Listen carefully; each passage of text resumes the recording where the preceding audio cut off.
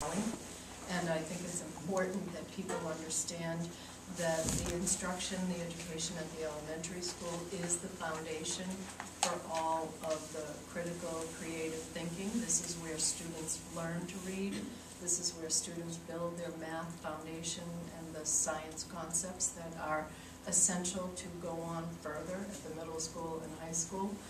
Just to emphasize that, I had asked colleagues of mine in the tech towns to provide their information on class size, and we developed a spreadsheet. Walpole is within the range of all of our 16 member towns in tech in kindergarten. After that, Walpole becomes an outlier in terms of statistics. In every grade from grades 1 through 5, we far exceed the average and the range of students in class size. And this, as you know, as many of you are parents, puts an inordinate burden on teachers, on parents, and in particular stresses students because they're not able to have their questions, the information that they seek, answered appropriately. And as you can see in this particular slide, the research is very compelling that says, especially at the elementary level or the primary grades, the losses that students incur in their foundational learning are seldom able to be made up at the higher levels. In other words, 5th, 6th, 7th grade. Intervention is best at the early levels, and our response to intervention program at this point really works to enable students to have supplemental instruction in small groups.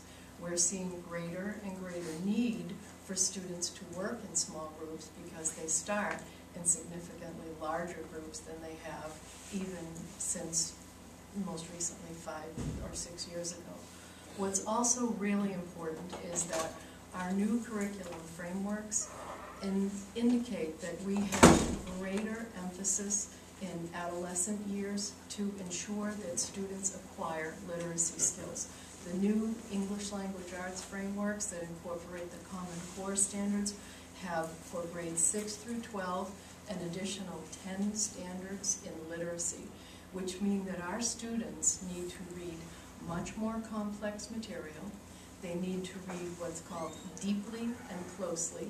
They need to be able to rationalize as to whether the content that they're reading is authentic, and can they defend it? Can they make an argument about it? Can they formulate an opinion? So considering that teachers now have an additional 10 standards across not only English language arts, but mathematics, science, and social studies, and literacy acquisition alone. In addition, with the new English language arts frameworks, there are 10 additional writing standards. So our students in grades 6 through 12 are going to be asked to write critically. They're going to be asked to defend their positions. They're going to be asked to critique other people's positions and to be able to explain that logically, coherently, and concisely.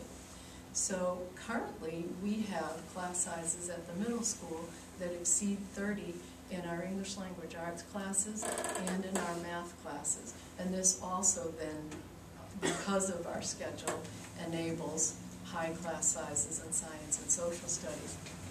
Most notably, in English at the high school, we have 36 students in an AP English class. We have 37 students in our journalism class. Working with the teachers, they've indicated that they are frustrated because they're not able to provide the best feedback and the most critical comments to the students to enable them to better their writing skills, therefore translating into college and career preparation. So class size does matter, and it's going to be even more important as we seek to incorporate all of the new frameworks, and we have begun that. We're actually in the second year of that work, and we'll be expected to culminate all of that work next year. Interestingly enough, just this morning, I attended with our department chair in science a rollout of the draft of the next generation science standards, which again ask the students to spend a great deal more time and interact, collaborate with their teachers to engage more deeply in science inquiry. That is much more easily accomplished successfully in a classroom of 20 to 25 students than it is 30 to 40. And as I said, I'd be happy to provide additional research for any of you who would like to see the studies that have been conducted on class size.